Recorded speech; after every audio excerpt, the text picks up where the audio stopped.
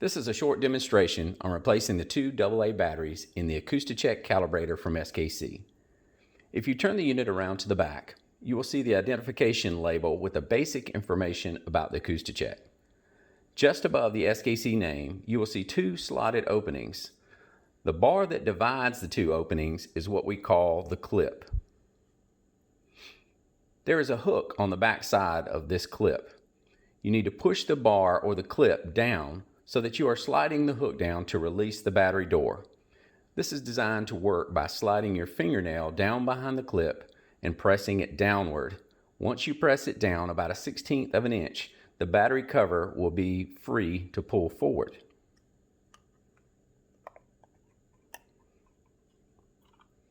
If you choose to use a tool of some sort, like a screwdriver, please be careful to not use leverage or to pry the plate out. That clip is designed to be easy to press down, so if you use some sort of leverage against the top of the battery cover, you may break the clip or the center bar completely off of the door. Now you will see the two AA batteries, or if the unit is new, like this one, you will see where the batteries are to be installed. You will see a place at the bottom where it is illustrated which direction. Pay close attention to the direction of the batteries when installing. Many times you will see on instruments like this that the batteries are facing in opposite directions. However, in the AcoustiCHEK, the batteries both face in the same direction with the positive end of the battery facing downward. This is clearly illustrated on the inside back of the battery compartment. I think you can probably see it there, so it tells you which direction. So install both batteries by placing the negative end in first and then pressing down until it pops into place.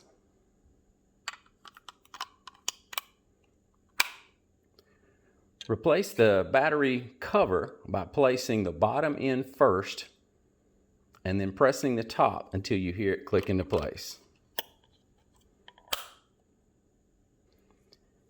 You can test the unit to make sure that it is working properly if you turn it back around to the front and then you press and release the power button. You will hear the tone and also 3 lights flashing in the front. This will let you know that the unit is working properly. At this point, you can press and hold the power button again until the lights stop flashing, which is about 5 seconds, and then release the button. Or you can just leave the unit alone and it will shut itself off after about 10 seconds. So I am going to turn it on. You'll see the lights flashing. Now I'm just going to press it and hold it again until the lights stop flashing, and then I can release it and it turns it off.